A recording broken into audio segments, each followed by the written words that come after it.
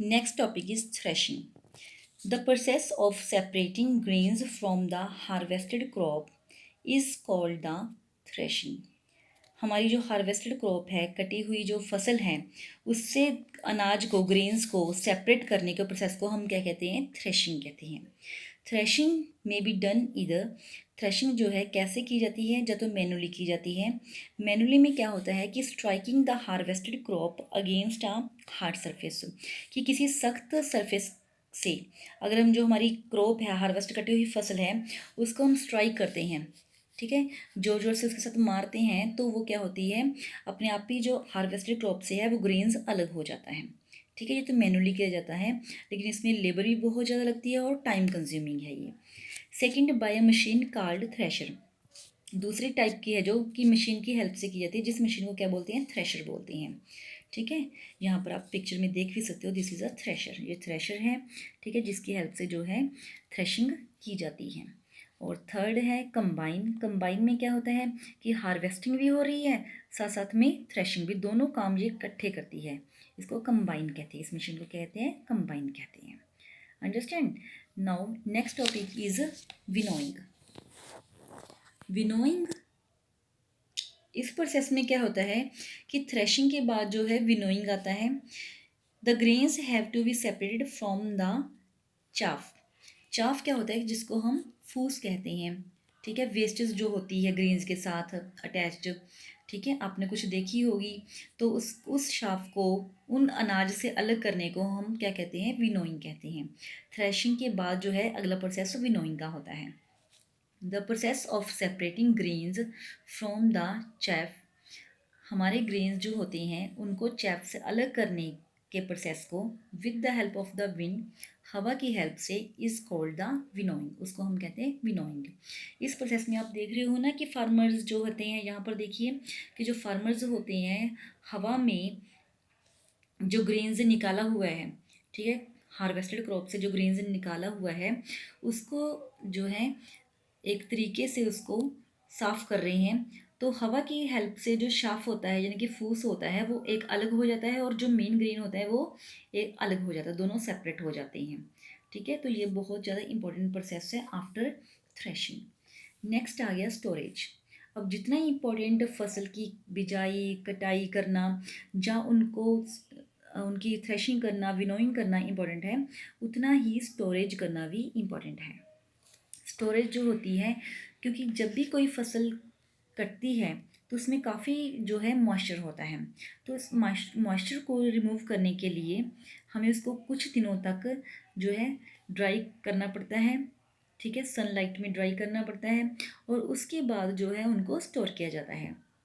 C here, fresh crop produce contains a lot of moisture. जो fresh crop होती है उसमें बहुत ज़्यादा मॉइस्चर होता है। इफ़ द ग्रेन्स और seeds are stored in this condition, अगर ग्रेन्स या सीड्स को इस कंडीशन में स्टोर किया जाए, दे गेट स्पॉइल, तो वो क्या हो जाते हैं? नष्ट हो जाते हैं। Are attacked by the microbes. Microbes means micro organism, जिनके बारे में हम नेक्स्ट चैप्टर में भी देखेंगे। Moisture promotes a growth of bacteria and fungi. जो मॉइस्चर होता है उसकी हेल्प से, मॉइस्चर की वजह से जो हमारा ग्रेन्स होता है उसमें बैक्टीरिया बढ़ जाते हैं, और उसमें फंगस मीन्स उल्ली वगैरह लगने की संभावना हो जाती है। बिफोर स्टोरिंग द ग्रेन्स और other products, they are properly dried in the sun. तो उनको स्टोर करने से पहले उनको सन में अच्छे से ड्राई किया जाता है, ताकि उनमें से जो एक्सेस मॉइस्चर है वो बाहर निकल जाए। ओके, अब हम आते हैं स्टोरेज इनकी कैसे की जाती है। अगर हम स्मॉल स्केल में करें, यानी कि डोमेस्टिक लेवल में घरों में अनाज हम, ठीक है, कुछ अनाज जैसे होता है 50 kg अनाज होता है, 80 kg अनाज को हम स्टोर करें, तो food grains are stored in इधर जूट बैग्स, बोरियों में जब तो उनको स्टोर किया जाता है, और स्मॉल मेटालिक बीन्स, जहाँ मेटल के जो होते हैं, धातु के कोई भी ढोल वगैरह हम जैसे कह देते हैं, उनमें उनको स्टोर किया जाता है। Dried neem's leaves are put while storing at home. अगर हम घरों में उनको स्टोर करते हैं तो उनमें हम जो नीम की सूखी पत्तियाँ उनको डाल देते हैं, इस वजह से उनमें कोई भी वर्म या इंसेक्ट्स नहीं लगते।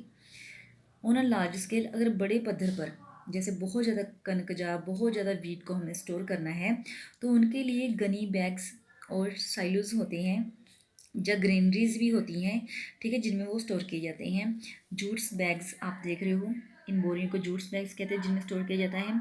या फिर साइलोज, ये साइलोज जब बने होते हैं मेटल के, बहुत बड़े बड़े जो होते हैं गोदाम बने होते हैं जिनमें ये स्टोर किया जाता है। और जो ये होती है ग्रेनरीज, ठीक है, आप देख रहे हो, इसमें भी जो ग्रेन्स को स्टोर किया जाता है, ठीक है, ये ग्रेनरीज होती हैं इस टाइप की।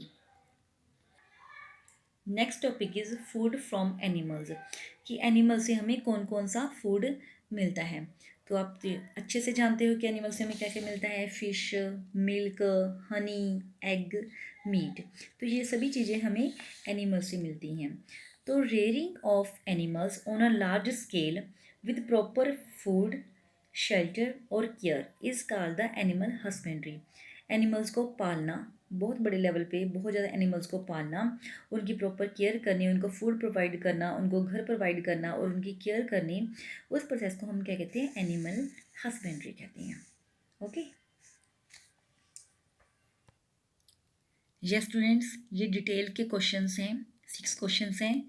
तो इनके जो मैंने पेज नंबर हैं सभी राइट कर दिए हैं कि कौन से क्वेश्चन का आंसर कौन से पेज नंबर के ऊपर है, और मैंने उन पेज के ऊपर इनको अच्छे से मार्क भी कर दिए हैं। तो मैं आपको इनकी पिक्स भेज दूँगी, आप ये क्वेश्चंस अपने फेयर नोटबुक पे राइट कर लो।